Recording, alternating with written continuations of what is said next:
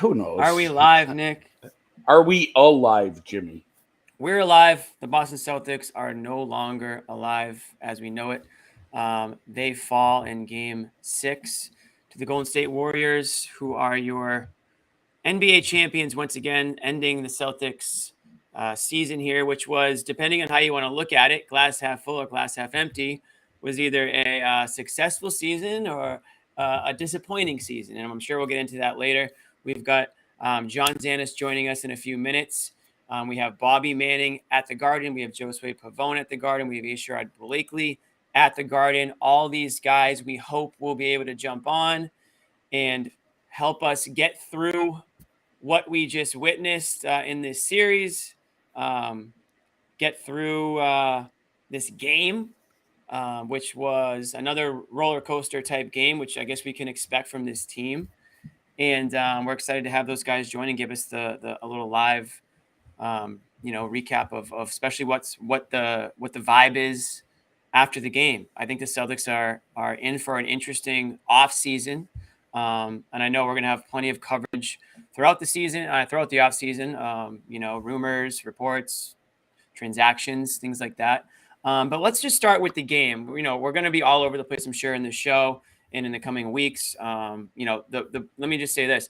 The post-game show after a game will end, but the Garden Report will live on here, folks. So if you've joined us throughout the playoffs, if you just jumped on recently, just know that we will have you guys covered throughout the offseason. Oftentimes that's the most fun, to believe it or not, and moving forward. So with that being said, Nick, what are you feeling right now? Because you're a big Celtics fan, at your core here. I know you're playing reporter here for a bit, but I'm a fan, of course. And so speak for your own fandom, I guess. What are you feeling right now? How do you think this went? I mean, Jimmy, am I going in on the bigger picture of the loss, or you want me to go in tight? I want to focus on the game. Let's focus on the game. I mean, and a lot of those things are intertwined. Trust me. So the Celtics lose 103-90. You can see the stats briefly on your screen there, the overall stats. But listen, this one went very similar to how a lot of the losses went. Sloppy, turnover city. I will say this: the Celtics did get off to a good start. But just like that, what do the Warriors do? They wake up, they drop, 5 straight, 10 straight, 15 straight, 21 straight points to end the first quarter into the second quarter. Based on the graphic I saw on Twitter, the most points scored on a run in the NBA Finals in 50 years, 21-0 run. That's unacceptable. That would be bringing us back to the time of plumbers, Jimmy. That would be. I think you were at the game the last time a run like that happened. I was, and I actually paid attention. So, Jimmy, Nick, I'm going to answer your question. Yeah, a lot of things to be annoyed about and upset about in this one, much like a lot of the losses in this series. It's the season.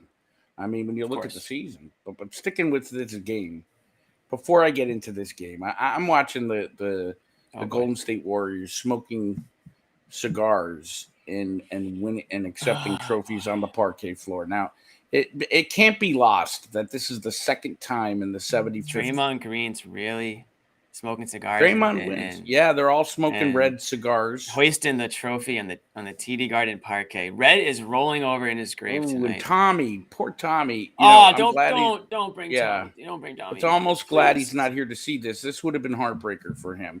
That home record has been pretty much the touted, one of the touted things for the franchise. So at least it wasn't the Lakers, folks. It's a different team from California.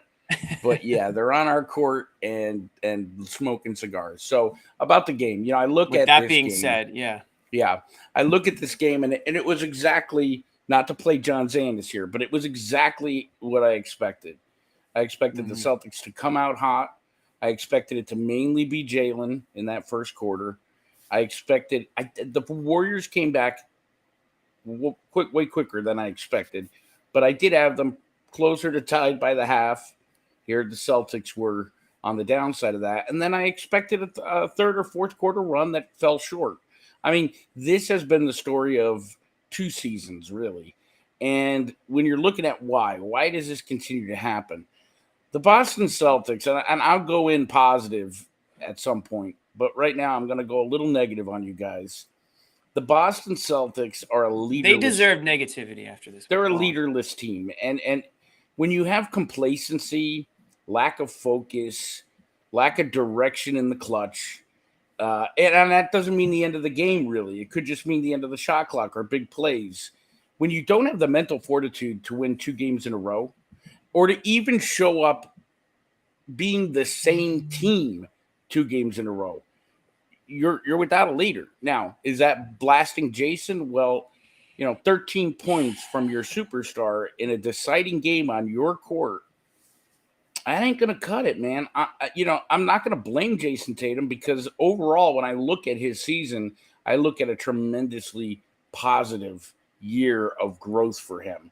And I'm watching him at the end of the game before they left the court, and he looked to be, and I don't know for sure, but he looked to be crying on the bench. To me, I look at that and I think this is all a chapter in the book, because the Celtics have a decade ahead of them of potential championship runs if they grow a leader or get a leader. Because right now, Ime can't suit up. Yes, he's the big man and he's the adult in the room. Al Horford, his time is ending, and Al, as amazing as he was tonight, amazing throughout the entire playoffs, he's not that. Hey, he's not 25. Leader. He's not 25. Not 25 you want to talk anymore. about the leadership aspect of it? Well, I mean, I think from a leadership standpoint, you look at Al and what he did this year, it was pretty uncharacteristic when you look at his career. I mean, he's always been the quiet leader. This year, he's been extremely vocal. He has had a great, great season. But he's the past. Like, you still look at Al and you think of right. I don't even want to talk about IT after that tweet today. But you look at Al and you think of IT and some of those we covered, Jimmy, those runs. We need somebody, the Celtics need somebody either within the current roster just to become, it can't be Marcus. I love Marcus, but he's an emotional train wreck half the time. Sure. So I see what Jalen doesn't have the, excuse me one more minute. Yeah, Jalen doesn't have the focus or discipline to dribble in the paint, let alone lead the team. Jason Tatum needed to be Larry Bird tonight. But that's not even fair. He needed to be Paul Pierce tonight. And he could have been. That's good. And he could have been. Yeah, I like that comparison, because there's the Pierce Tatum comparisons have been coming on since Tatum entered the league. Now, pure talent wise, you can say that Tatum's already surpassed Pierce. I believe but so. But Pierce was a gamer, and a lot of people didn't see that on a national scale until maybe later on once KG came here. But Pierce was a big game player. He went toe to toe with LeBron. He won a championship. He was the Finals MVP of that team, obviously. And he had more of a killer instinct. And when you talk about leadership and things like that, I don't see a killer instinct with anybody on this team right now. They're almost like a ship without a captain, right? And you're just kind of floating along. Now, that isn't to say that there wasn't points throughout the season where Tatum wasn't freaking amazing, or Brown wasn't amazing. That away from him. Right. But at the end of the day, when these guys have to come together on the biggest stage and show that they belong there, and it just didn't feel like they did. The Warriors, we know they belong there. And we saw that time and time again. They have the killer instinct. They have the real, Hall of Fame, top 5, 10 all-time player on their team in Steph Curry, who showed out this series. I mean, that was a guy who could not be denied a championship. Could not be denied that whatsoever. He's on the LeBron, Michael Jordan level. Bad crier, but we'll take Steph Curry tears over Jason Tatum tears tonight. I bet you anybody would, right? Because Curry's crying for mixed emotions. Tatum's crying because Jimmy, disappointed. But you know what though? I'm glad that you mentioned Tatum's emotions in this one, because I can't tell you how many people texted me and said, "What the hell's wrong with Jason Tatum tonight?" Talk about somebody who didn't look engaged. Didn't look like fired up. Didn't feel like this was a elimination type game. 13 points. He looked very invisible out there for a lot of the game. I mean, you got to shout out Jaylen Brown. I mean, I think Jaylen Brown did just about everything he could in this game. Yes, he turned the ball over a few too many times because he's trying to do maybe a little too much. So, again, I almost can't even blame him for some of those turnovers. Somebody has to step up and take control, or control is probably the wrong word, but try to take over. For such a complicated defense, the schemes that the Celtics run, why can't they fucking run a play on offense? Whoa, easy, buddy. I mean, why can't they? Why can't they? And this is going back to Brad. When you're playing from behind Nick, They're all it's a good. lot. It's a lot harder to play your style, and they went up early. Let the Sherrod Blakely coming in real hot. Hot. Can you hear us, Sherrod? What's up, people? Can you hear me okay? We can hear you okay. Yeah, we can hear a lot of things. I Can you think hear me we can okay? hear the Warriors celebrating too. We can hear you. It's a little loud, so I don't know if you can. What you got, bro? Good to see you. Can you hear me? How's that? Is that better? Yeah, you're As good. good as it's gonna be. Where are you at? Hold on. We'll pop out the All right. Sherrod will be right back. Yeah, Is it's that a little. garden It's cheering like that. a little loud right now. We're gonna see if Sherrod can. I want come back. to. Yeah, before What was he I comes just saying back, though? What was I just saying? I think I interrupted you and talked about the offense. You were saying about playing from behind. It's Oh, hard to win right. Well, points. that's how they got. But you're right though. Their offense is. You can criticize their offense for sure. I mean, how many times do they just walk the ball up, or one player decides that they're going to just try to take it to the rim, turnover. When you're playing from behind like that, you kind of get out of your style of playing, the things that you do well, and working the ball and moving the ball around and setting plays. And when you're not playing it's just, when you can't get stops too, that's another issue. Or you get the other stops team's and then set turn up. the ball over. Well, that's the thing. I mean, again, Or you it play was tremendous defense. we got it right here, and 22 turnovers. What were the offensive rebounding numbers, Jimmy? I don't have them in front of me. I I have know them they in front gave of me. up I know they gave up double-digit offensive rebounds. They had some of their own, but Play amazing defense and then give up two. Not just one offensive board, 2, 3 on one possession.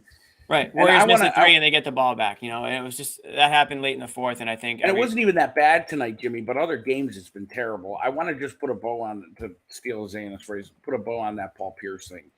If today, now I will say I agree with you, Jimmy. 15 15 offensive offensive boards to the Celtics 11. It's not that bad, but it felt bad because everything the Celtics do wrong is very impactful to the other team. Get your word in, because I think I hear John Zannis music. Get your word in. Oh boy! So let me get my word in about. I have said, and I continue to say that. Oh wow, this is scary. I continue to say that Paul Pierce. Jason Tatum has already surpassed Paul Pierce. I think Paul Pierce would admit it. But if I had to pick a player today to lead my team, to go to war with, on my team, I'm picking Paul Pierce to go to war with. I'm not saying that a year, 2 years from now, I won't be picking Tatum all day. It's a tough comparison because Pierce at Tatum's age. I mean, we're comparing of Paul Pierce to a Tatum who is 25 or whatever he is. But I understand. And we're omitting the past, the ugly past that Paul had, and he did have some ugly years. John Zannis, everybody. He kept his word. He left the game because he was so disgusted by what the Celtics were putting out there as a product. I got thrown out. He threw a water bottle onto the court and he said, "See you later." I don't like it down here. Yeah, I'm used to being over there. I'm gonna try this corner. No. Go back to your normal spot there. Fine. It's like Hollywood Squares. I'm gonna picture you road raging all the way home. Like, I can't believe this. I'm not angry. I'm not angry. You shouldn't be angry, John. Somebody clip that. Somebody clip that. I'm not angry. And then let's see. 30 it was so insincere. It's not anger. But if you come at me with some weak shit, I will get angry at that. Yeah. I'm not angry at the team, So tell us why the Celtics were so good this year. No, I'm gonna let Sherrod go first. Is that what was let Sherrod go? Sherrod, you there? We had a connection issue the first. I can hear you guys. Can you hear? Yeah. Oh, he sounded great. We did up until you left. I think there's a delay. I'm going to make one statement only. Uh-oh, here it is. He tried. He got 30 seconds in. Go ahead. It's not mad. John, we want Matt. John, I'm not mad. John. If ever there was a night to be mad. I'm not mad. I kept thinking the Celtics were going to win. Game over game, when we'd ask what's going to happen, I thought Celtics' best effort would win. They weren't able to muster that effort. That's a problem in itself. And so we'll get into that stuff. My thing with this team, and I've said it, we say it on our text threads, I've said it show over show, is whatever happens over this game, these two games, this final series, isn't going to change my opinion of things I think about the team and questions I have about them. So what I'm going to say is I have a lot of the same questions about this team now that I did even when they were back when they were playing poorly. It doesn't mean I think they're awful. I thought they should have been playing much better then, but I still have a lot of the same questions, and I think a lot of people do as well. And that involves everybody. That involves Jason Tatum and who he's going to become. That involves, Jaylen Brown and what his ceiling is, the point guard situation, bench depth, future. There's a lot of questions. I had those questions before. I still have them now. I'm not going to sit here and unload on the team. They lost. Golden State outplayed them. I don't like playing that veteran leadership. They've been there before sort of card. But the Celtics I mean, it's a basketball game. I don't think they shrunk because it was the finals. I think Golden State just played better basketball over the last few games. And that's it. But I don't think it was like the Celtics were like, oh, geez, the pressure goes up, meaning everyone tries much harder in these games than they do in other games. They just couldn't handle the pressure from a really good team, and they wilted. I don't think it was finals pressure per se. But anyway, Sherrod, what's going on, man? Give it a shot. Let's see if we can hear you. Yeah, guys, can you hear me okay? Yes, sir. Yeah. Can you hear me okay? Okay. Yes. Bottom line is Golden State's just a better team. Golden State played a better series. And you start looking at the role players that Golden State had. You've got a guy like Andrew Wiggins, who's a former number 1 overall pick. You got a guy like Jordan Poole, first round pick. And then flip side, you look at the Celtics, Grant Williams, Derek White, Pritchard. That's, bottom line, Golden State, the Celtics could have won this series if they would have played as close to their max potential as possible. And that didn't happen. The Celtics, I thought, if you look at this series from top to bottom, they were okay. Well, okay is not going to get you a chip. Okay is not going to beat a team like Golden State. And, John, I agree with you. I don't think the whole experience thing was a factor. I think it was the fact that Golden State played better basketball. They made their open shots. They made turnovers. They forced you to do things that you weren't comfortable with. And your best player, Jason Tatum, did not play like your best player. He wasn't even the best player on his team, let alone in the series. Well, that is, I'm sure you guys have you guys have talked about Tatum, and sorry guys, I packed my mic at the Garden. Volume got a little jacked and I had to turn it down. So sorry if I came in hot for some of you guys at home. What's up? What was the Tatum situation? I know we'll probably hear like the shoulder was bothering him more than we thought. I always, anytime we can have this close up, I'm taking it. Yeah. What? Yeah. Anytime we get, man, I don't want to hear about the anytime shoulder. we get Nick leaning all the way back, I want it full screen. Yeah. Yeah, dude. Come on. I do. I'm gonna ding you every single time. I don't mind. Yeah. You know what? Someone get Nick a pillow. What happened? Not my pillow, please. Sherrod. Look what you did, Nick. I know. The biggest issue with this team is that they don't seem to understand when something is working, you stick with that. Early on, they were playing bully ball, and they were up 14-2. And then next thing you know, Zannis taking threes, Tatum's jacking up shots. Next thing you know, it's a 5-6 point game. I don't understand how they can have something work and then just arbitrarily decide to go away from that. We saw that back in November, and we thought that they could have gotten past that stage. Obviously, that's still some of that is in their system, and that I thought was the biggest factor in this game. Not recognizing what works and sticking with it. Carelessness too. I mean, anytime they made one step forward, they took 3 back. Just again with turnovers that were more than turnovers, they were reverse assists. I mean, they were assisting the other team, Golden State. So, and again, I think that you guys would agree. It's the end of the game, or when those times get tense, when Golden State is on that kind of run like they were at the end of that first quarter. Who stops them by putting hitting a shot, getting to the line, slowing the pace down? There's just nobody. I really think that leadership is an issue and will continue to be an issue into next year. This Tatum performance was really mind-blowing for me, though, because you've seen stars struggle, where shots don't go, and it's just they're trying, it's just not working. Shoot.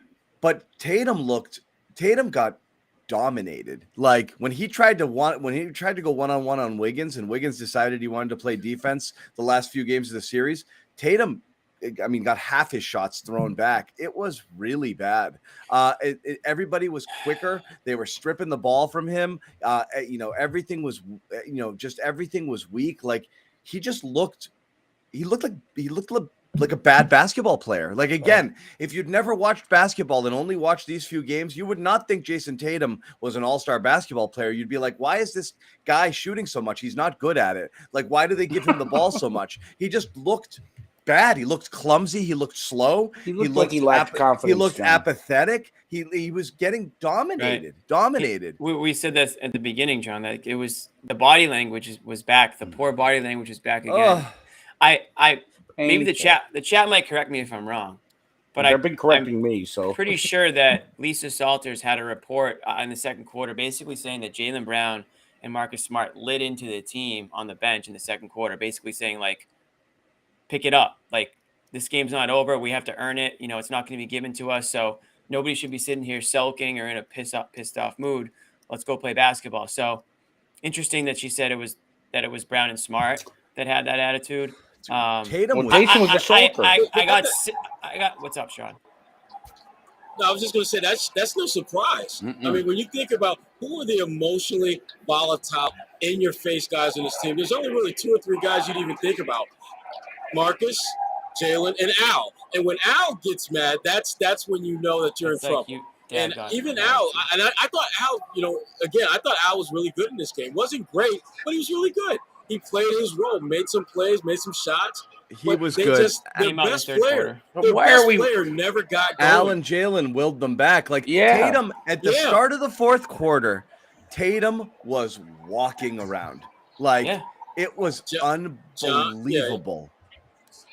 I mean, and you John, guys you've heard me say this a million times. It was if you get 5 minutes of top 5 Tatum, almost every game they played, that's kind of like this: 5 minutes of top 5 Tatum, and you win.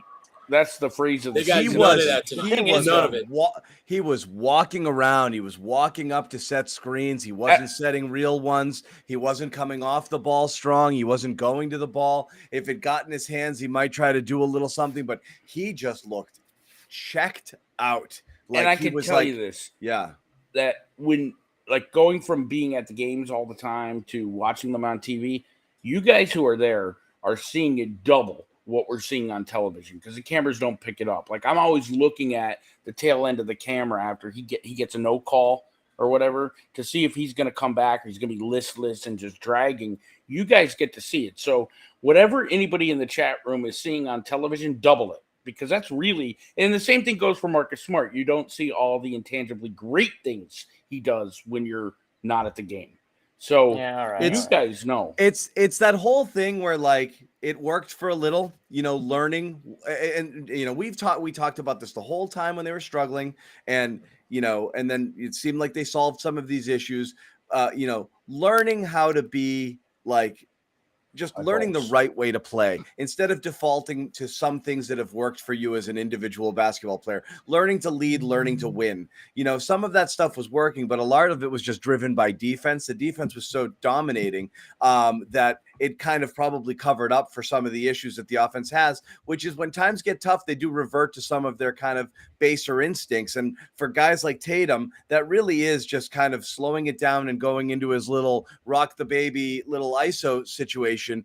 And it's just, it doesn't work when teams are spending this much time, and paying this much attention to you, sending 2 guys at the point of attack, forcing you to your left. I mean, Tatum half the time just dribbled into double teams. And sometimes, he'd look to make a pass and people were standing in the lane because they knew exactly where it would go. It's too deliberate. And that's just, it's what's worked before. But when everything breaks down, they revert to the things that are proven not, Tatum specifically proven not to work.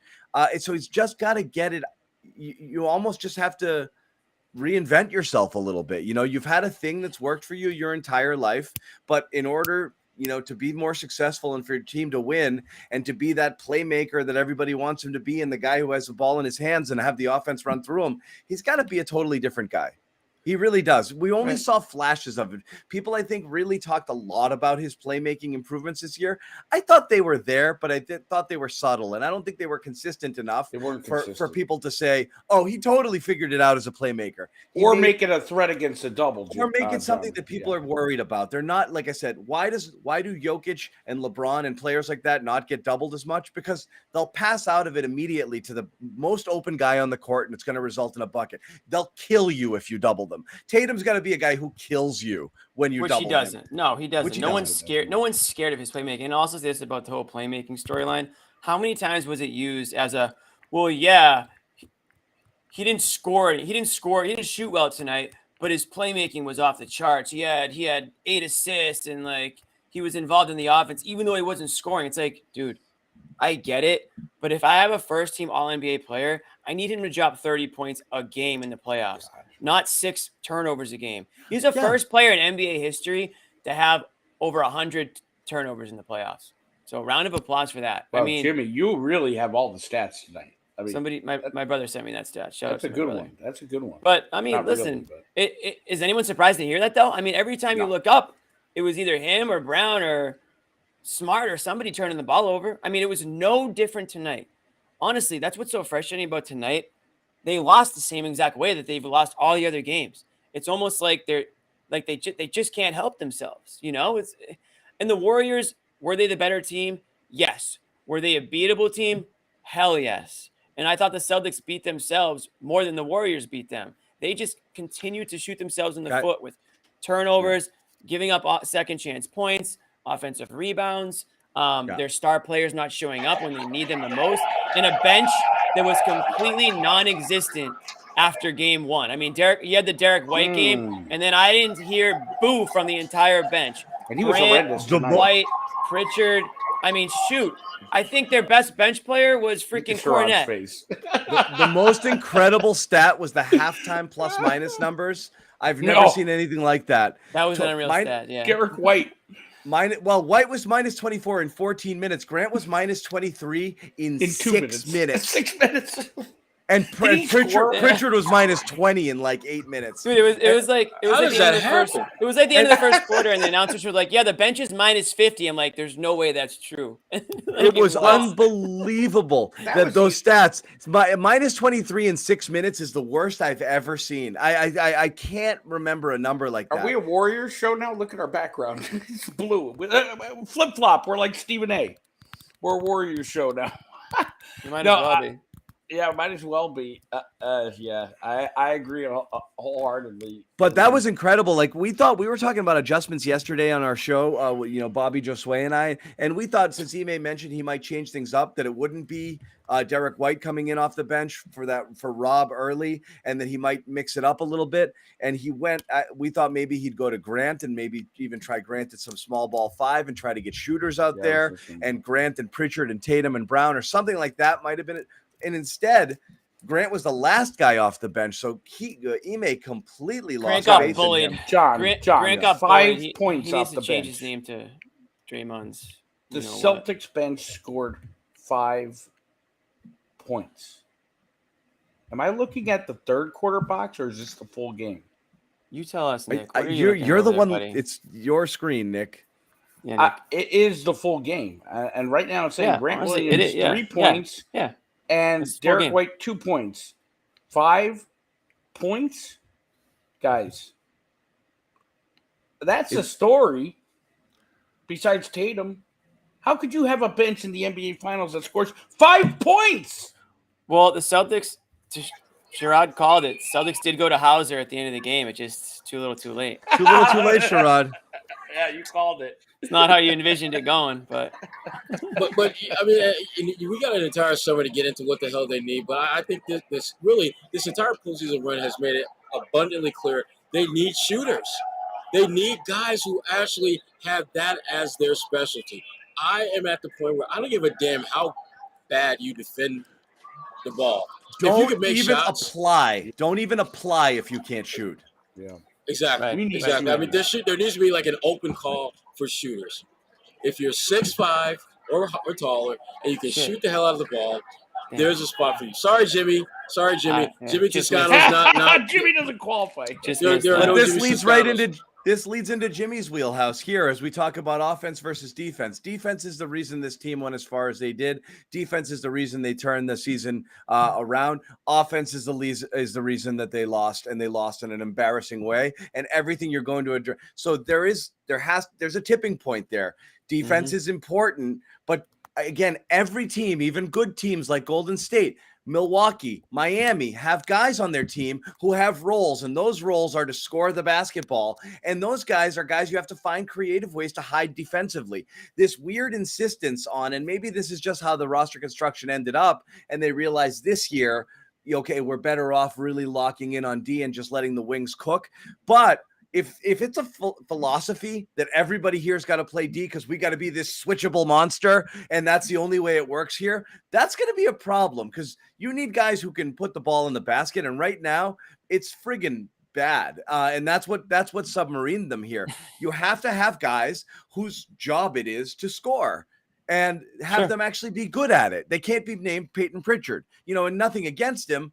He'll come in and get hot every once in a while. Everything against him. It's not a guy you're counting on, and this is one thing I really got in on earlier in the year, this notion that Grant and Pritchard are solid bench pieces. No. What are you going to do this offseason, win or lose the title? You're going to go and you're going to look for people to play ahead of Pritchard and Grant. You're going to look for guys who can be your 7th and 8th or 6th and 7th guys coming off the bench. And you can get that maybe if you spend into the tax and you use the TPE and you use the MLE. Guys, do they need a point guard?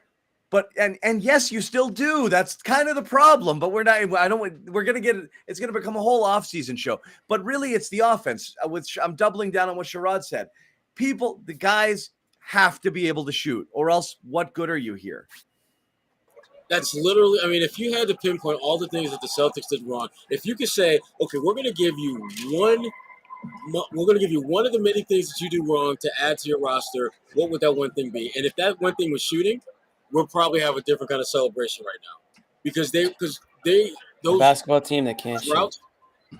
those routes that they go on, they need everybody. someone who can get them over the hump.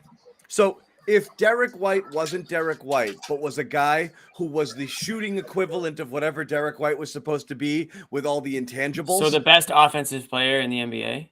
Right. Because Derek White's awesome at everything except for scoring. So if you got somebody who was just a specialist and a scorer. And again, I'm not going to crap on Bobby because he was here, but every time we'd bring up a name and be like, that guy can't defend.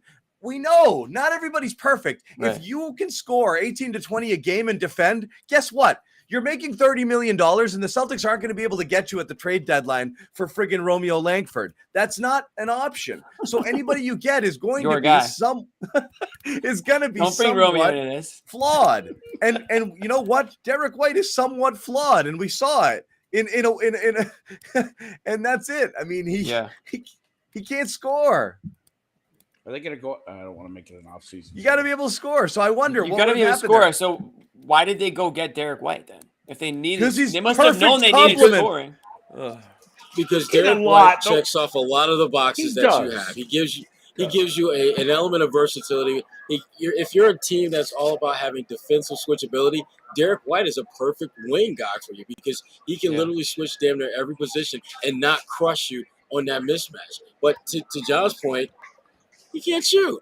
I think he could shoot better than he did. They projected exactly, Jimmy. Yeah, and Pritchard. Yeah, I mean, if we really want to start breaking down who did and did not do what, Pritchard's the guy that really underachieved in the series because his job is to make shots. And Derek and Jason and Marcus and Deuce and a partridge in a pear tree. Yeah. Blame pie. 80% Peyton Pritchard. 80% Deuce. No, do not pick on Deuce. No. Deuce is the reason they won. There'll be no Deuce slander on this show. There will be no Deuce slander, Nick. Yeah, and there will be better. What's in that? And what there Especially will be Father's Day. Have we done this yet? We have not. We need a fresh start, my friends. Hello, okay? fresh. Goodbye, Celtics. Jimmy was dying. T-shirts, Nick. T-shirts. Well done, Jimmy. Swag right there. Hello, fresh. Goodbye, Celtics. Yeah, I don't think would sell. We many do of want to those. tell you guys a little bit about our sponsor while we have you here. HelloFresh. Delicious. And again, I got my meal kit. I got a box. John, I had something besides the meatloaf. What'd you get? I had this like Asian pork bowl thing, Majiggy. It was really good. Yeah. I was shocked. Okay. Yeah. It's not as good as the meatloaf, but it's pretty damn good. I mean, It'll do. But your meatloaf's the best. So can't beat the meatloaf. It is. Their meatloaf, it's a nice silver medalist type meatloaf. It's good. Yeah. I like I'll that. take that. All right. Anyway, so again, as we said, don't go to restaurants. They're expensive as hell, and they keep raising prices for no good reason. Grocery shopping, who's got time, right? HelloFresh, baby. Farm fresh ingredients delivered to your doorstep, pre-portioned, packaged, customizable menus, seasonal menus. You can get whatever you want. Just cook it. That's it. You don't have to do a friggin' thing. Just take it, cook it, bang. Delicious gourmet restaurant quality meals. Again, delivered right to your doorstep. We're in the spring menu now, but there's going to be a summer menu coming. You can pick whether you want family style, you want to get it for 2 people, 3 people, 1 person. I get the 4-person meal for 1 person. That's how I roll. Okay, that's what I do. I get the family-sized meatloaf, and I just start to eat it right through the middle of it with a spoon. You're eating the whole thing. I eat the whole thing, at least 80% of it, and I'll go back and I'll get the rest later. But again, in order to do it, and if you want to support us and support our sponsors, please use this URL, hellofresh.com/playoff16. Pretty sad, right? Yeah. 16. We may need to change the code. Playoff 14. Well, hey, if you happen to be a Warriors fan, and you're watching the show, you got 16. You can get HelloFresh to Yeah, your doorstep as well. You guys won the championship. You 16. assholes buy this. Yeah. Yeah. Yeah. All the trolls, all the Warriors trolls. You guys, this thing's okay. This is I don't want to America. get. I don't want to get John going, but John, if you were to see this chat, it's like transporting back to the first half of the season. Blow it up. I know. It's America's #1 meal kit, so you guys in Golden State buy it too. But you got to use this URL or we don't get the credit. And we want to be able to keep pumping out this content to you guys throughout the offseason. Geez, the draft is in like 5 days, guys. We got a lot of work to do. God. We got bills to pay. Don't talk to me about the draft. HelloFresh.com/playoff16. Use the code playoff16. 16 free meals, 3 free gifts. Yeah, Nick, I mean, this is where it's going to go, right? It's going to go immediately to blow it up. I hate this team. Wick's got to spend. So I'll start with you, Sherrod. Let me ask you a question. Had they lost to Milwaukee, do you feel any different that they made it to the finals versus had they lost in 7 games to Milwaukee or 7 games to Miami? No. I mean, listen, whether they lost in the finals or lost in the second round, they were going to have to go out and get a shooter this offseason. They had still some things. Trade. Yeah. So, I mean, there's to me, what happened in the finals, it just only amplified the problems that we've seen all season with these guys. They need shooters. They have too many stretches where they just lose their minds and go away from things that work. I don't know whether that's just one of those things. Emails just got to beat the hell into their brains that if I'm giving the ball to Marcus Smart on the block and he's navigating and getting guys shots, let's just keep giving him the ball on the block until something doesn't work. If Jaylen Brown is getting a mismatch where he's getting switched out on whoever and we're making things happen, let's keep doing that. So that this is another good one. Nothing has changed. Jason Trade. Oh, damn. Damn. That was a good one. Jason Tantrum. Jason Tantrum. Damn. The Jason Trade Room. That one was pretty good, though. I like the Trade Room better. That was pretty damn funny. Damn, y'all. Dude, y'all cold. Yo, the body's not even cold yet. Damn. Ruthless. You are without. That's the nicest thing Tatum's going to hear over the next few days, man. He's lucky tomorrow's Friday. It's gonna go a weekend. He did not have the series obviously we thought he would have, or certainly he wanted to have, but damn it, he still can ball. Don't act like he's a bum or a buster. We're not, but let me ask you this question. He can ball out. That's what makes it so frustrating. Why wasn't he balling out? Let me ask you this question. I don't know. Mr. First Team All-NBA thing. That's the thing. Is it possible that Jason Tatum, in a year that he made first team All-NBA and finished 6th in MVP voting, had his reputation diminished? No. The finals, yeah, absolutely. I believe people think less of Jason Tatum now than they did at the end of last year because of this grand stage. That might be better than he should have torn his ACL. That might be better. That solves everything. I hate Jimmy. I hate even the thought of that. No, that goes back to the Kemba. That was the That's his old take. I know what it his old was. Kemba It's still take. painful. Inside baseball there. Yeah, you have to be a regular. But no, Sherrod, what do you think? I mean, because again, it's laying an egg this bad on this stage. That's again.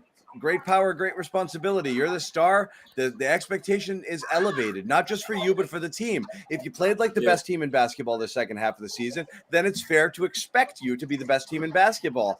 And that just comes with the territory. So no free passes, no attaboy, no pats on the butt like you guys did it. Like, the expectation level changed for everyone, for Tatum because now he's a first-team All-NBA player, and for the team because they were the best team in basketball. So you're holding them to a different standard, and neither the team nor Tatum met it, and their failures go hand in hand.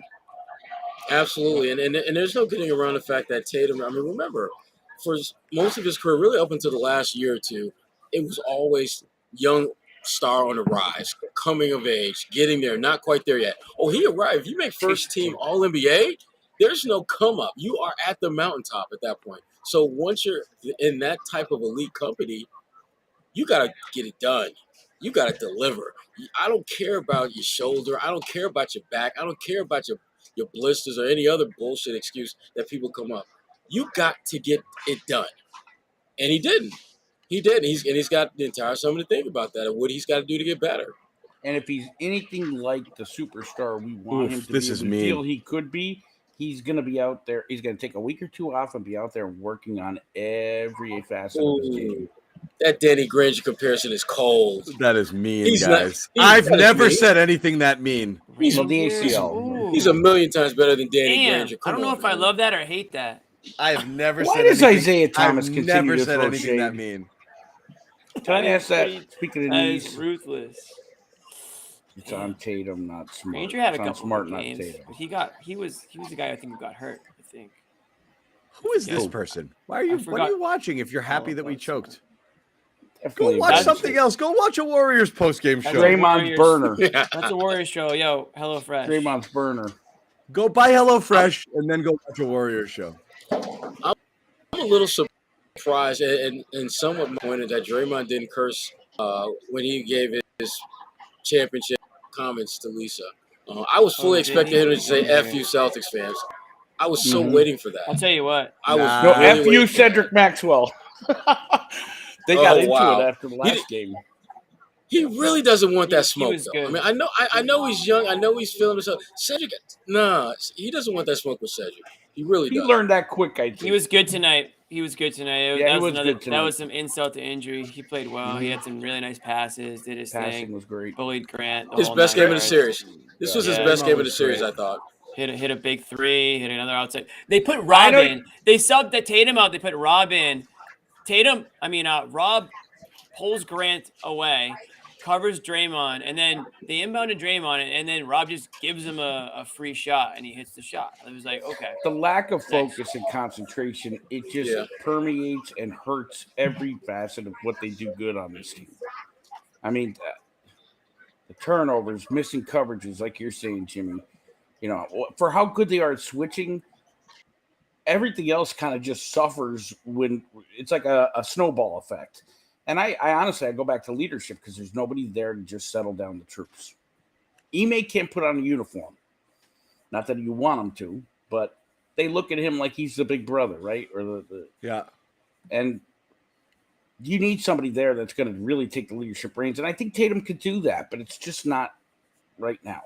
I think this is part of that growing process. According to I don't want to hear about the shoulder. according to Anthony Slater, is it Anthony Slater? According to who? The AC Slater?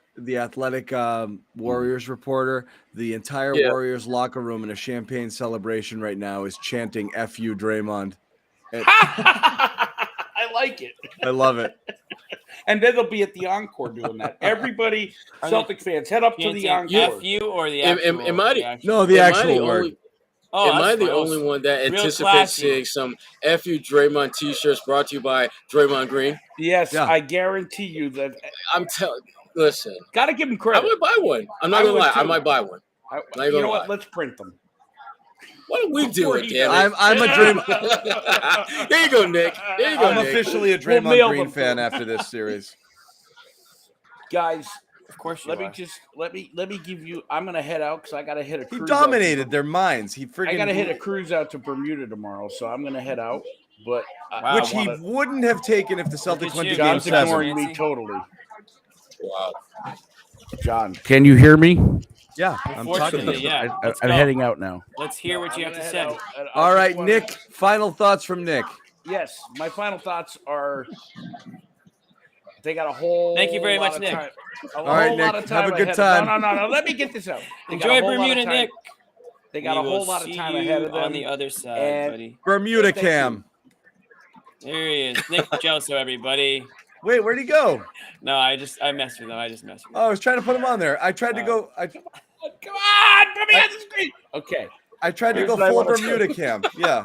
this is our second time covering the finals. This show, both times are a loss, but I want to thank the fans who tuned in every night after every game to listen to these guys, and I'm one of these fans.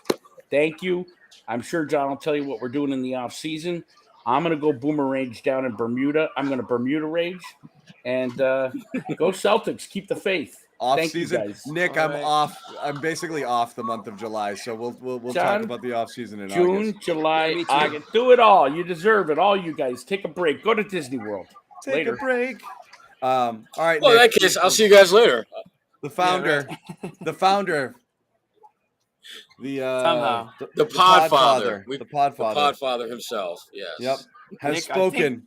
He has Nick- spoken. Does Yes. claim to have created podcasts. So He has He- blessed this show, the Podfather.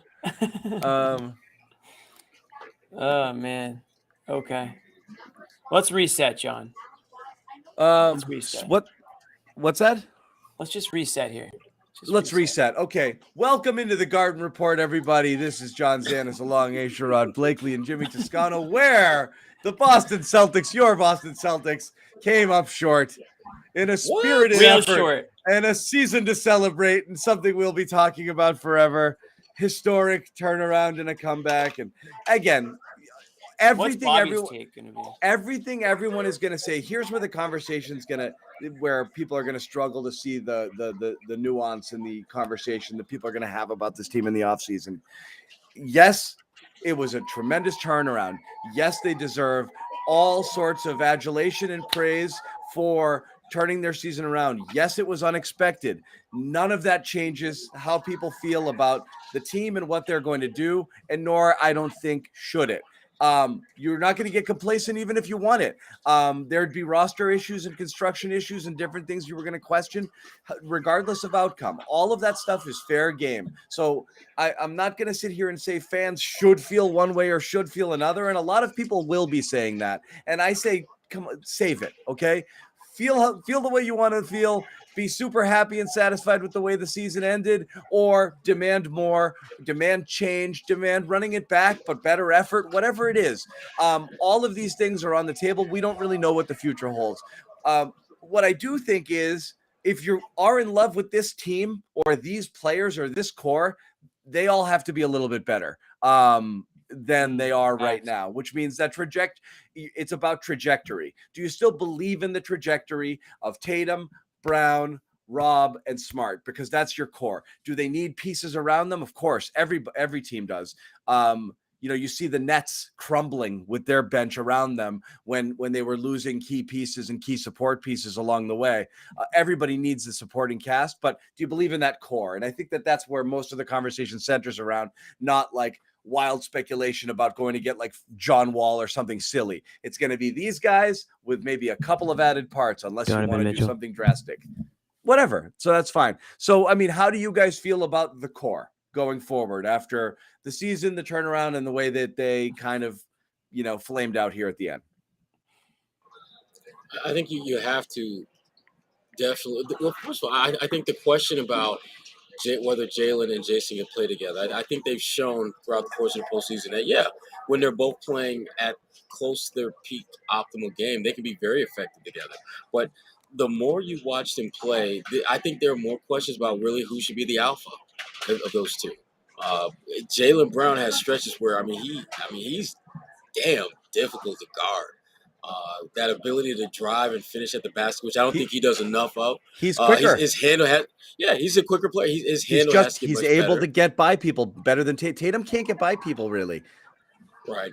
And that's why I think they work so well to complement each other, because Tatum has that outside fire game. Jaylen can get to the rim and finish, but Jaylen's handle has to get better. Too many damn turnovers. They do. I thought I heard you say that they work so well to complement each other. They do complement each other. Jaylen has the inside finish at the rim. Tatum knock down shots from the perimeter.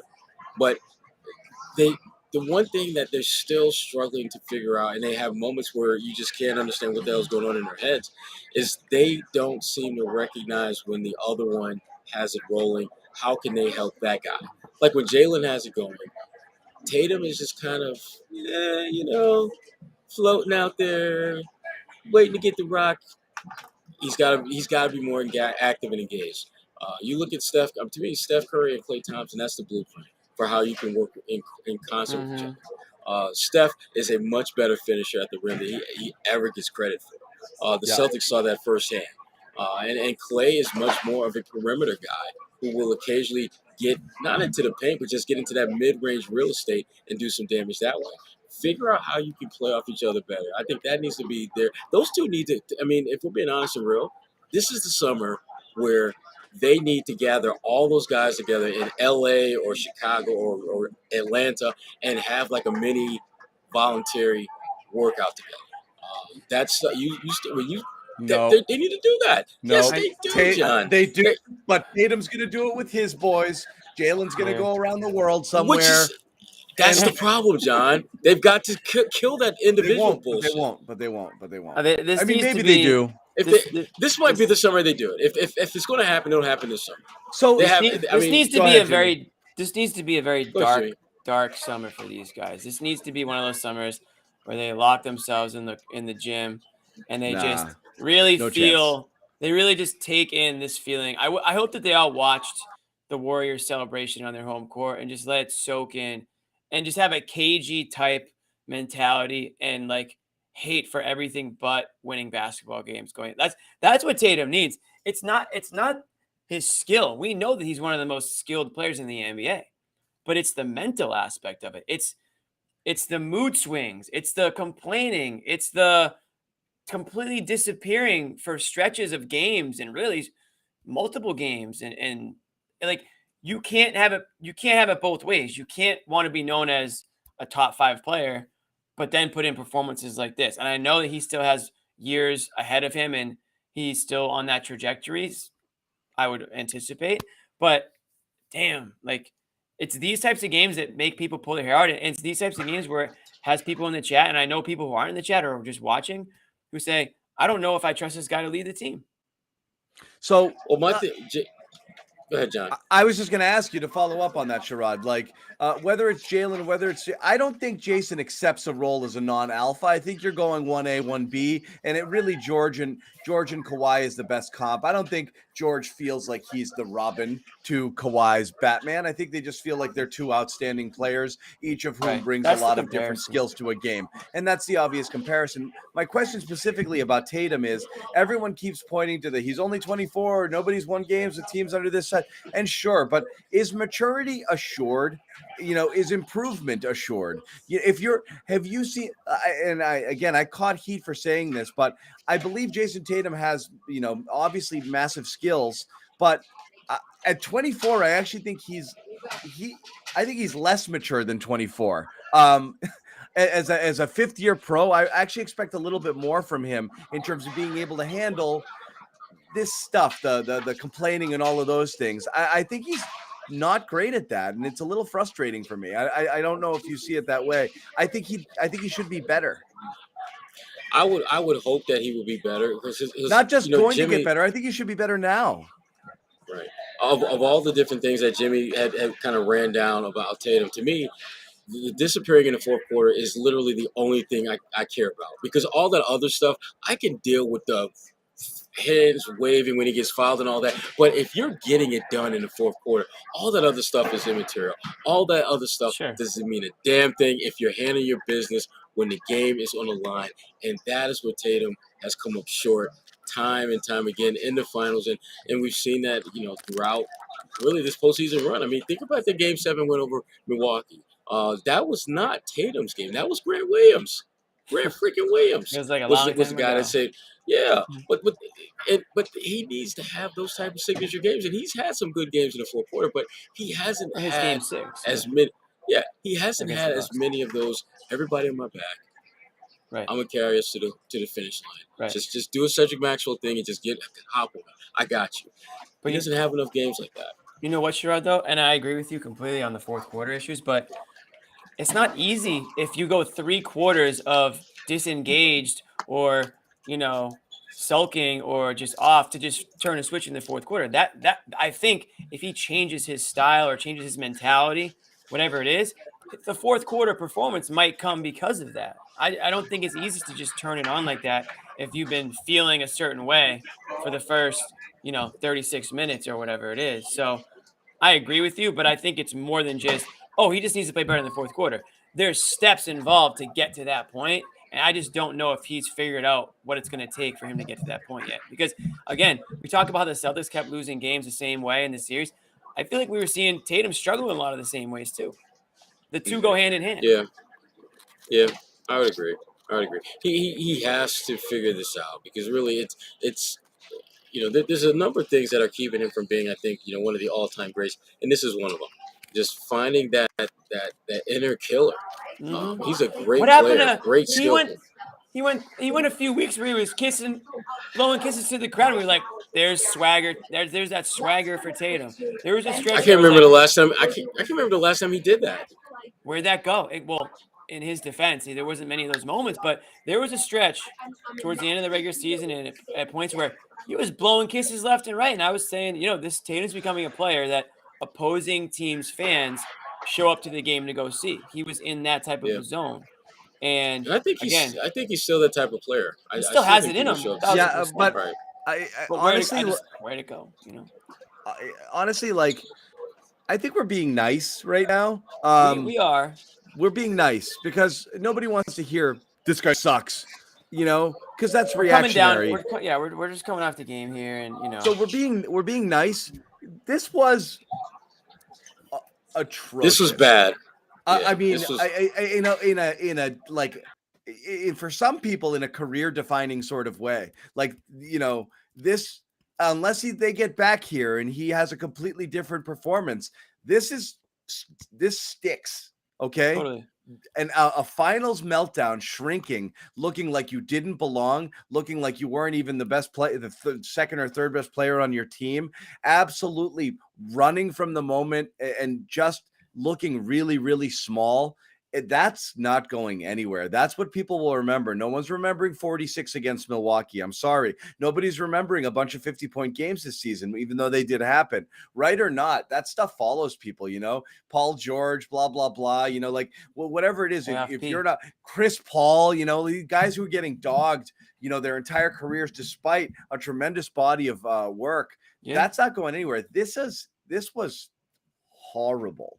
It was. He's trust me. I mean, people who want to look for more Tatum hate, they just have to turn on the radio or turn on the TV over the next couple of days, couple of weeks.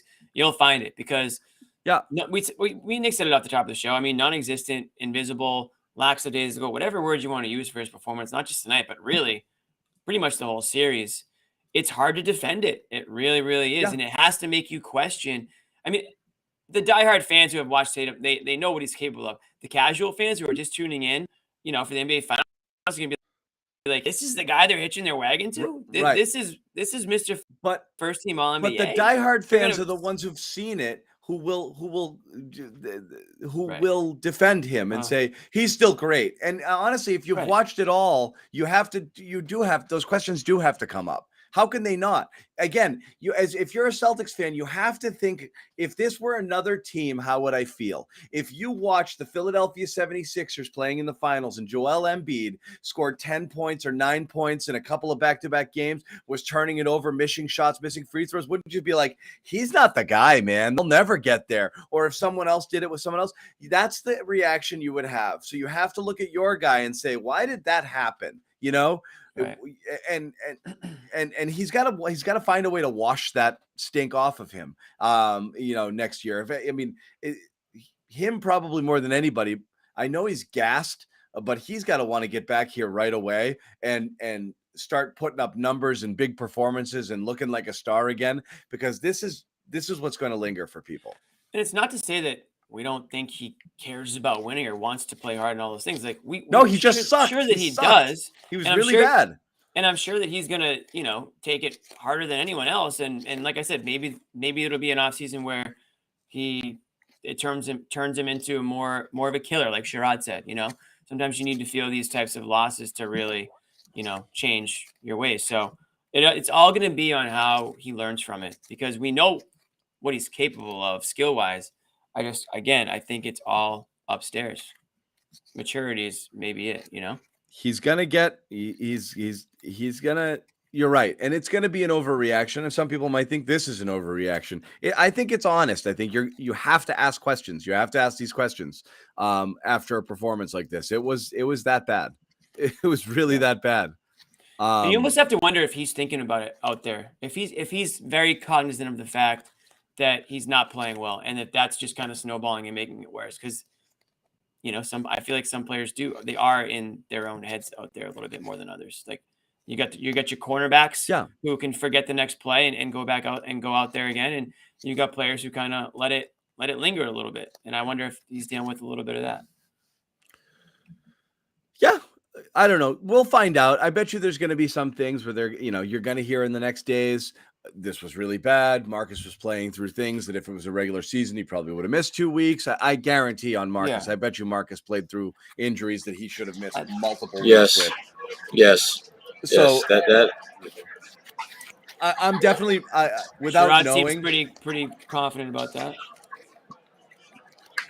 No, John, finish your thought. Yeah. No. I'm confident on that. I think that Stinger was an inconvenience, but not as big a hindrance. Now he's saying, there's a quote, Tatum said he doesn't think he'll need a procedure on his right shoulder.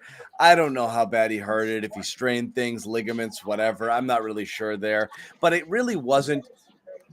That excuse would make sense if his shot was off. It wasn't his shot that was off. It was his entire game that was off. Okay. And so I'm not going to give a full pass there. If he was just, maybe some of those free throws came up short. Maybe some of those jumpers late in the fourth quarter, came up short as a result. We're not banging him here for shooting here. We're banging him for his, for his turnovers and for just the overall ineffectiveness of his game. And if he knew he wasn't scoring or he wasn't shooting as well, then he should have tried to become a facilitator first instead of doing what he was doing. I mean, his right shoulder didn't make his left hand miss 12 layups this series. I'm sorry. It just didn't happen that way. So it's just not enough of a reason for the performance, but I'm sure not being 100% sucks. And that's, and I get that from him. But Marcus, we know. Rob, we know. Could it have been a different story if they were fully healthy? Yeah, maybe. We'll hear some stuff there, but I don't know. Tatum's gonna get all the ink here right now. I think Tatum in the bench. That's where it's gonna fall right now. Jaylen Brown skates free. Look at that. Well, he has to. Good. He was good tonight. He has to. No, he was great. He was good. Yeah, I mean, he was their best player in the finals. Clearly, by far. Clearly, and really, he may. Well, all being said, all said and done, he might have been their best overall player all playoffs. I mean, when you consider how it went for Tatum here. It's going to be funny when the people who told Tatum to stop shooting mid-range jumpers go to him in this offseason and be like, so we were thinking, the boys in marketing got together and we, we decided mid-range is kind of coming back in a big way. So why don't you found work on this that? new stat? Again, the same thing we talked about with Tatum, I think, is just kind of with the team applies to Tatum is everything. He's just got to process things a little bit quicker. There's not enough time for Jason to play Jason's style of ball. It just doesn't fit. Especially if he's going to be getting all this added attention. He can't wait for the defense to set, for people to know where he's going, have everybody else standing around wondering what you're going to do.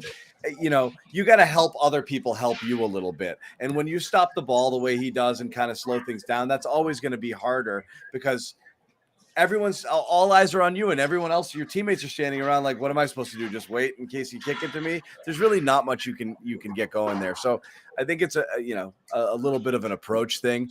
Again, I think he has to get stronger. Again, I think he's got to work on his left. He's got to work on his handle too. There's areas of his game that can develop too. But a lot of it is approach based, I think. That's Sherrod? Yeah, I mean, Tatum is clear that what's holding him back has nothing to do with skills. It has nothing to do with growing into his body because he's physically stronger, so he can withstand a lot more punishment than he could 2, 3, 4 years ago. It's a mental game right now. That's the part of his game that really has to make, I think, quantum leaps going forward because your best player should not be MIA in the fourth quarter as much as he is. Your best player can't just allow a non-call to debilitate him the way Tatum does. I mean, how many times have we seen Tatum not get a call, and the next thing you know, the other team has a 4-on-3 break, and the guy that finishes is the guy that Tatum should have been guarding. He's got to be better than that. He's got to be mentally tougher than what we've seen so far. And I think he will be. I think he's going to take this harder than anyone on the team, and he should. Will he for sure? I think he will. But here's the thing, John. Or is he going to sit back and say, I didn't Tatum? play great here, but I'm still first team All NBA, so the season was a success? I think he'll take it hard, but I think he's gonna take it hard because he's running out of excuses for why things don't work out. And at some point, you got to look at the mirror and just say, shit, this is on me. I got to be better. What can I do to be better? People are saying in the press conference right now, to this point, Sherrod, real quick, I'm getting texts on this, just to your point, Sherrod. People are saying this is as kind of beat up and emotional as people have seen Tatum in a press conference, and it does look like he's taking this particularly hard. So it's not a surprise that he's taking it hard, and I want him to. I think if you're a Celtics fan, I was going to say good, him in pain. But I thought you want to see him. That's kind of what I said, right? I want it to be a dark. Here's the thing. Tatum is, and again, this is not an excuse for why he sucked, but it's the reality that he's still learning how to become a leader. He's learning how to become a great player. And part of that learning process is to screw things up. Part of that learning process is to not be great. And Tatum, he should be taking this hard. He should be pissed at himself for not playing better. But to me, that's just stage one. Next stage, what the hell are you going to do about it? What are you going to do to be better? And that's where Tatum's at right now, because he's beyond the point where he's got to get better at this part of the game. That it's mental now. He has to become a stronger player mentally, and Brad's got to get him a little more talent, particularly on the perimeter, someone who can actually knock down a shot besides himself. So, Brad, I think he'll be Brad fine. on this show. What's that? First time we've seen Brad on the show tonight.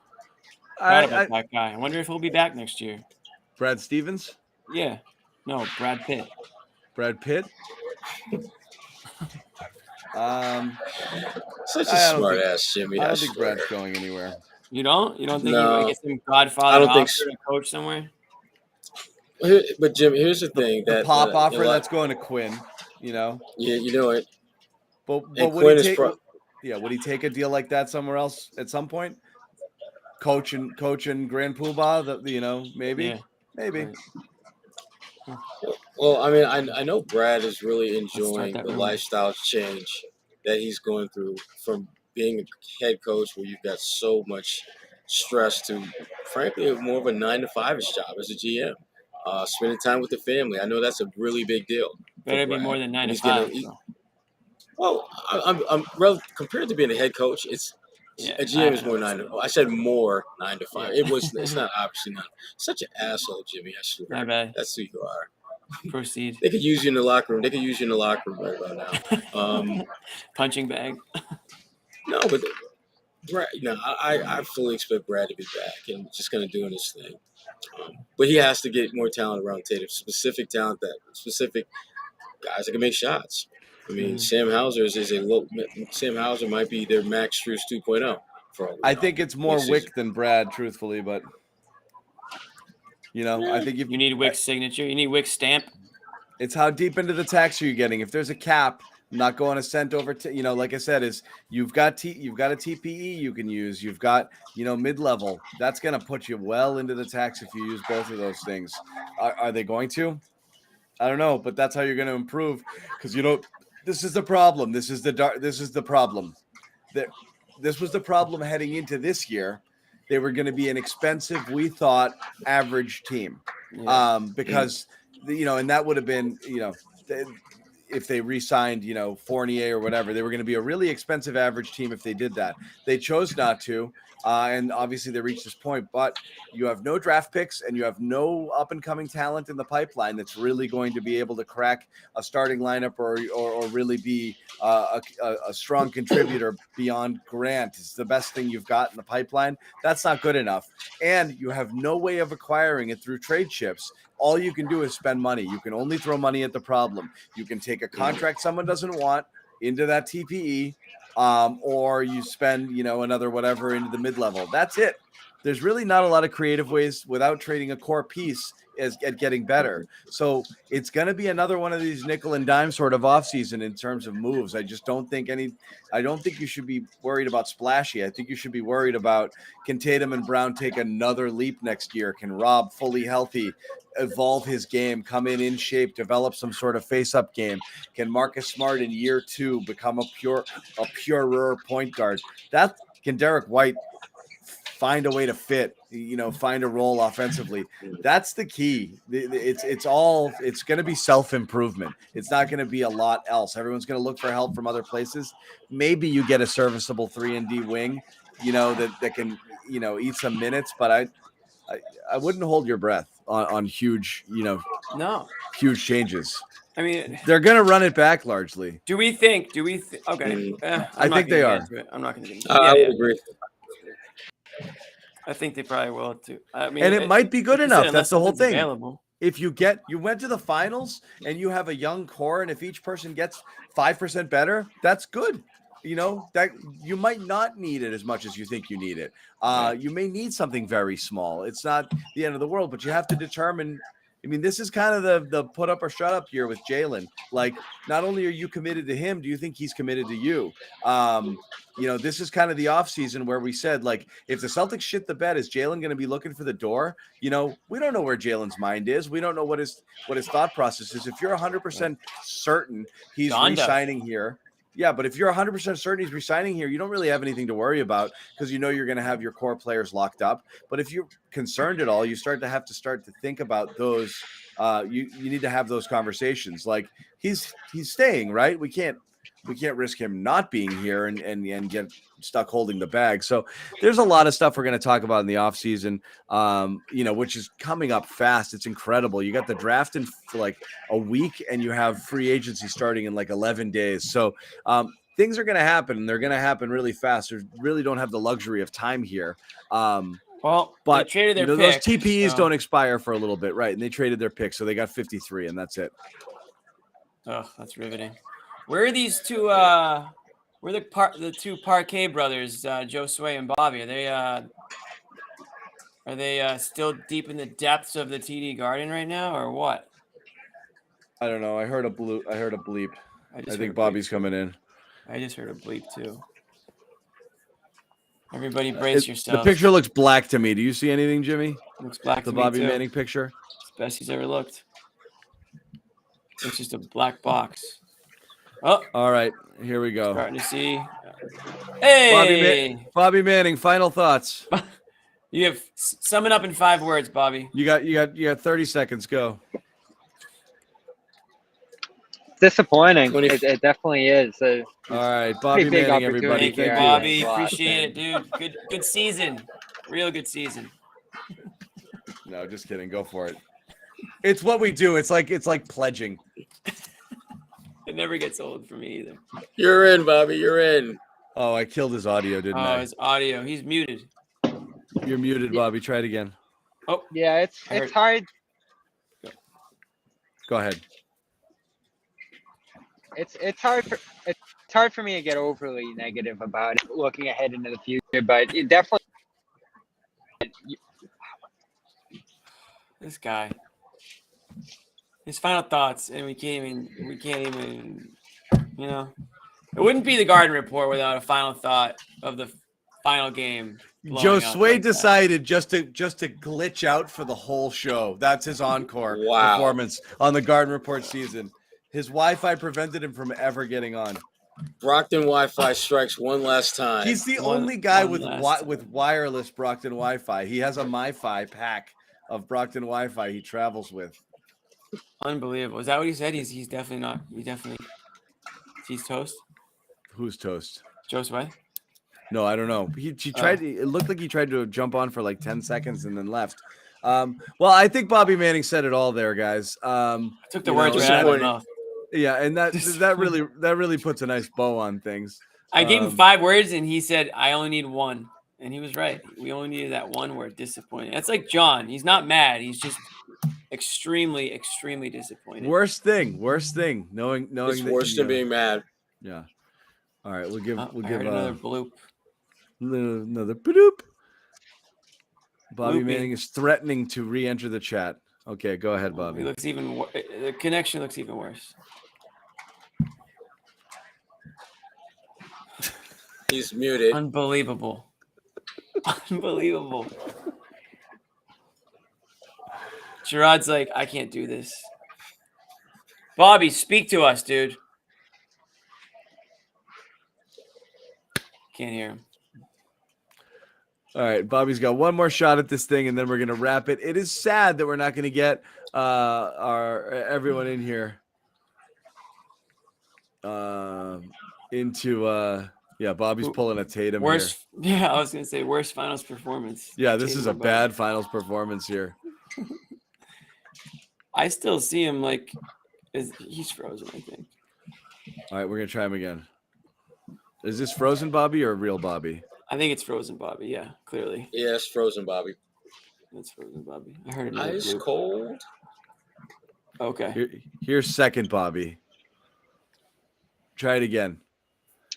I think I'm good. There's someone behind you. Two All right, people. go ahead. Let him get his words in before he goes. Yeah, you're right. Again.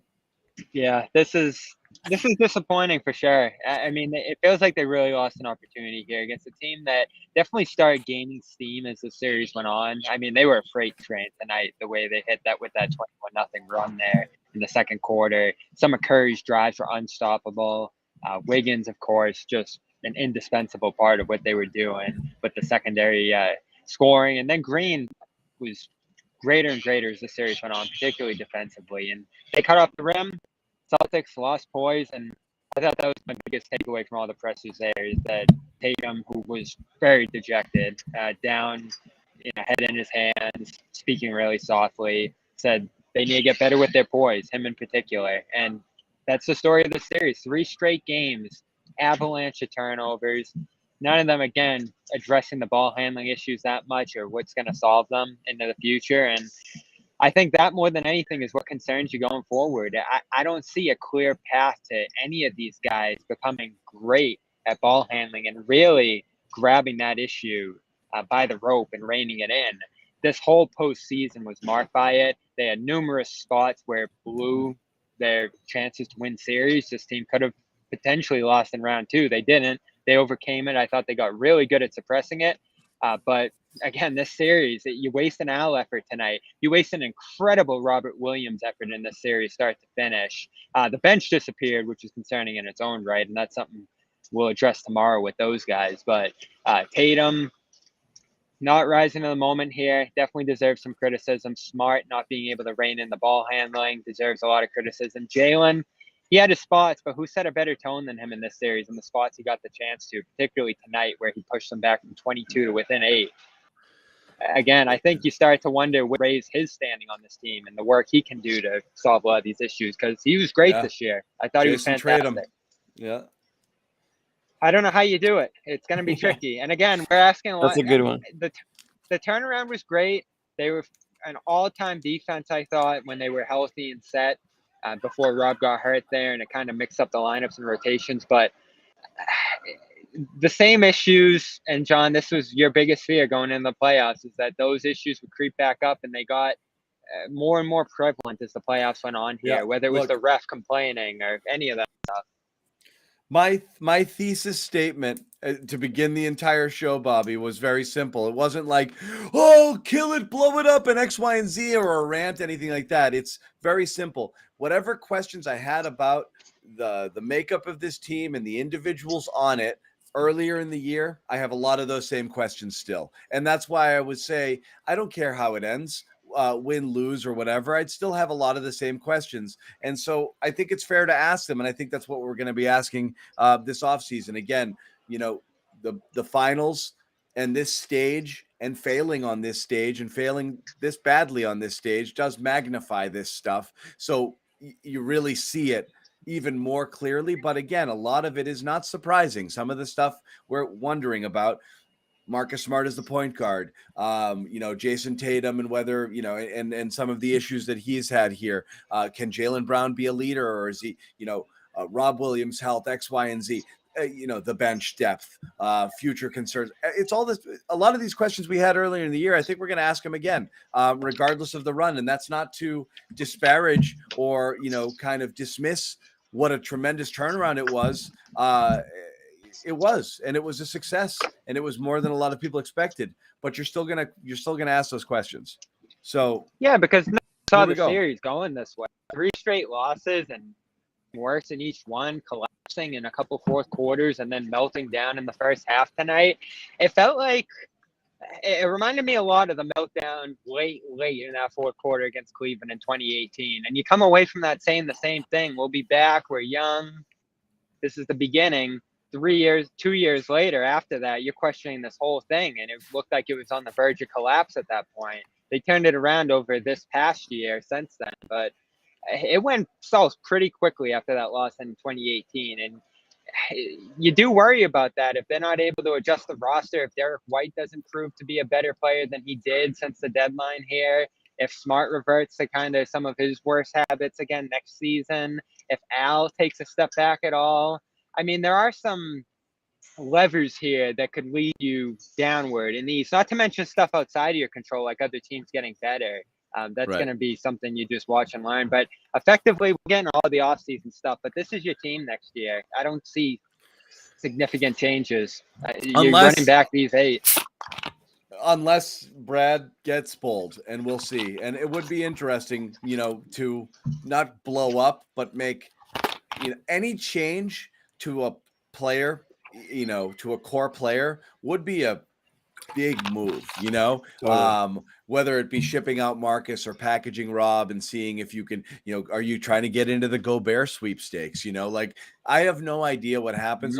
There are bold moves that could be talked about. Some of them are expensive, and it's like, well, Wick, hey, you said you'd spend we for a got to answer that contender. stupid question again. Yeah. You said you'd spend for a contender. Well, we did make the finals, and we think we could win the finals if only you dip into your pocket, pay an extra $30 million, which is actually going to be $75 when you pay the tax. Are you down with that? And we'll see what happens. So I'm not really sure. But again, these are conversations we're going to have at another time. I know Bobby's just getting here, but Sherrod and Jimmy have been going for a while. So we are going to wrap it up here. I do have one question for Bobby. Yep. Is it over? You bullied me into it early in the series. I blamed that one. Yeah. It's crazy. The Warriors legitimately looked overmatched early. I get shocked. I agree with you, Bobby. Me too. Yeah, I don't think they took it seriously enough early, and they turned up the Jets, and Wiggins in particular just dominated Tatum here. And that was pretty amazing. Curry reached a new level, deserving MVP. Green turned around